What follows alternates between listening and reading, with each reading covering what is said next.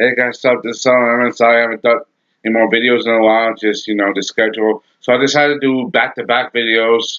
Also, I'm gonna decide to do back-to-back videos from now on. So let's start with this one. This is in episode 11 of Boruto Naruto Next Generations.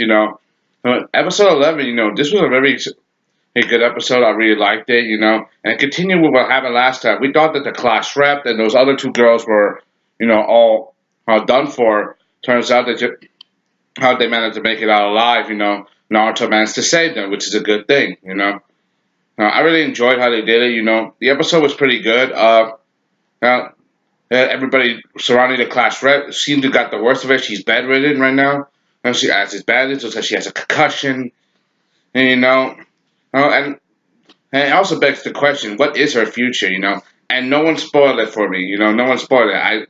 I have not seen ahead. I've seen the spoilers and what's going on. I really love how they handled this, situation. Very good. Everybody's wondering, worried about her. Boruto comes in, as rude as ever. Now he blames himself for the fact that he wasn't there. I mean, how could he have known that, that the shadow, the ghost, was going to attack the water treatment facility? He didn't know, even though his friend was there. Part of him feels guilty for the fact that he, couldn't do anything anymore. Eventually got so annoying that Salada literally kicked him out of the room.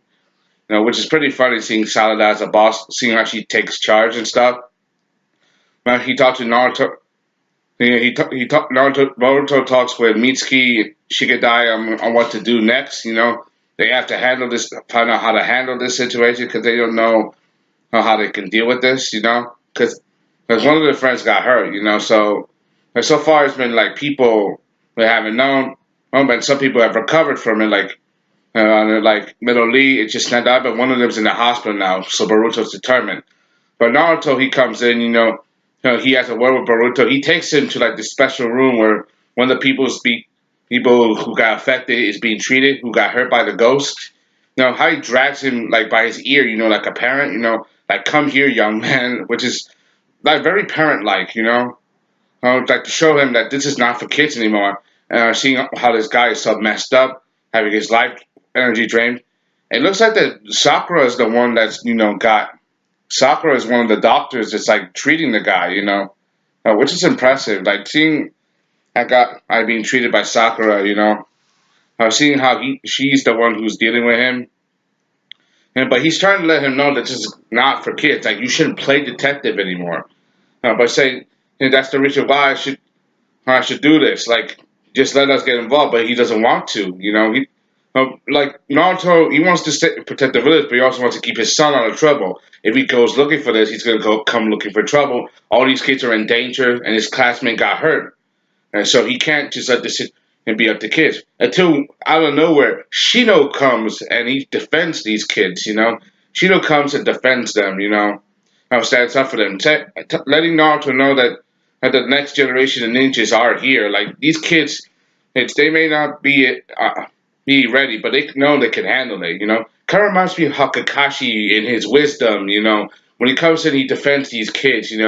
Always stands up for these guys. Kind of reminds me of Kakashi a little bit. Speaking of which, you haven't seen Kakashi in a while. Please let me know somewhere that he's going to be in the series at some point. No spoilers, please. No spoilers. Seeing Kakashi in the series again, I would love to see that. Yeah, Shino sticking up for them, but Shino gave a word saying that he still doesn't think that it's too dangerous now to leave, but he tells them that because they saved his life, that he's not going to treat them like kids anymore. Even though Naruto's like you have to graduate from the academy or talk because they're not ready for this sort of thing, which is pretty impressive. But the fact that he's gutsy and able to do this, I really love how Shino stepped up like that, as their mentor to be able to protect him. I really love how they did that. Anyway, they go back to work, they go back to the post office, and part of them think that they're still in trouble for how they screwed up the mail. But it's not all that bad. Apparently, things get worked out because Tayuya, the guy who was like in charge of the mail, there's the postman, and talk things over with the supervisor, basically saying to let them go and do this again to make up for their mistake. I mean, they're kids, so they made mistakes, but now they know not to do it again. I liked how he did that. He's a stand-up guy. Basically, he's telling them to like do, and then telling them, the two that they got a chance to make up. And this time they take their time. They can't just rush into things because if they rush into things, they sort of messed up. Now they gotta learn how to handle the situation, and they do the mail pretty good. Things, start to work out. There's no fuss. There's no rushing. They do it one at a time. Unlike Mitzi, who was like Mr. Fantastic arms, just stretching, stretching, and just throwing in like shuriken knives. That was, that was kind of the crazy point of the last episode. Them sucking at their job. Everybody doing crazy. Seeing the situation as it is. They eventually get a lid on it. And it but they find out that there was another attack. Michi's not with them. Shigadai, Tayuya, and until they notice it's at a park, another park. There's Sai's there, and he notices there's a leaf, growing, because this leaf has something to do with Hashirama cells.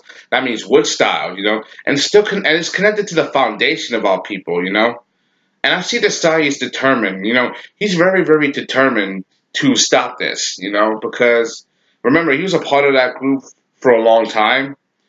He was practically raised by the foundation, and the only family he knew was his brother, and even his brother tried to kill him because of the foundation's rules and ideology, you know. And he only managed to survive, just barely by the skin of his teeth. But that was until he snapped out of it, and found new purpose and his new family with Naruto and the others in Team Seven, and he became a good friend of Shinobi. Hell, he even married Ino and has a son, Inoji. And that's, I think Sai probably won, in a way. I think he probably won the most because he was a person who couldn't understand people and didn't want to connect with them, but now he does, and and now is connecting with them on an emotional level. I mean, he has a son now, but enough about that. The situation for the kids is getting dire, so they're trying to come up with a counter plan. Like, how do they handle the shadow? How do we patrol this? And and they do something unlike them before. They ask the other kids to like work together. They ask him to pitch in, which is pretty cool. Just them working together, like the next generation of ninjas. Them working together to try to do this. They all go out on patrol. They swarm the map. The only shinobi I don't see is like Salada. I don't see her somewhere. I don't see what she's doing. I'm seeing them, and they all go out. They all leave the post office, and then all of a sudden you get to see find out that the bad guy is this person in a cloak with a white mask. The mask kind of looks like paper mache, or but it has horns on it. I don't know if those are horns or ears. Kind of looks like reminds me of a white rabbit or something. You know, it's kind of like Kaguya in the Bay. Some people believe that this has something to do with Kaguya. I think so too. Seeing the situation as it is, the thing is, this was all a setup by these kids. They knew that they would try. They believed that their movements were being watched, so they decided to do what the unexpected. They said had to plan out their attacks at the post office, then leave the post office because they believed that no one's going to be there. But they do. But they did that on purpose, just so they can, drag the enemy out in the open, because they believed that no one was going to be there. He believed it was a safe place, but they fooled them. But unfortunately, the only person that was there was the plant supervisor. He gets infected. He starts screaming, "I hate this job. It's so boring." He starts tearing up the place. He goes crazy. Typical stuff like that. Which is pretty crazy. And eventually a battle ensues in the post office. Kaguya, this Kaguya looking wannabe manipulates against the supervisor. You got Mitsuki and the others trying to find the mascot, while Iwabe, he, he kept, and Kawaki and Iwabe, Kawaki, Boruto, and the others, Denki, they all try to treat the plant supervisor, But unfortunately, things get awry, because this is a tough fight. And also, the guy's tearing up the post office, and Tayuya goes in and defends the mail. Like, he literally covers it with his body, tries to protect it, Because it's obvious this guy is very serious as a postman. He's a kind of a likable guy, But he's very serious and dedicated to his job, So he's trying to do his best, best, you know. Eventually, they finally defeat the post guy and the supervisor. But one of the things I gotta know, Mitsuki had the guy dead to rights. Like when the masked person escaped, guy dead to rights, right? And just saw him face to face, and then he just let him go. Like we know there's more to Mitsuki and the situation and what he's all about. But what is his situation? What is Mitsuki? No, no, everything after that, everything just went back to normal. The bureau chief, he went back to normal. He tells everybody to get back to work and stuff. I'm saying just because I'm in this gurney doesn't mean you guys shouldn't like stop doing your jobs. They all went back to normal. The thing is, Michi let that guy go for a reason, which is like very very suspicious. And he's the person manipulated ghosts. We finally get to see the enemy. And the way that this guy manipulated and that portal, that dark portal, kind of reminds me of the whole "What If" arc. When Tsunade read Jiraiya's book and stuff. Kind of reminds me of the space time gate. That opens. With Kamui. And that beast war. That's the spirit of this beast. That's coming up. Everybody ends. On a even though they didn't cut the guy ends on a high note. Everybody.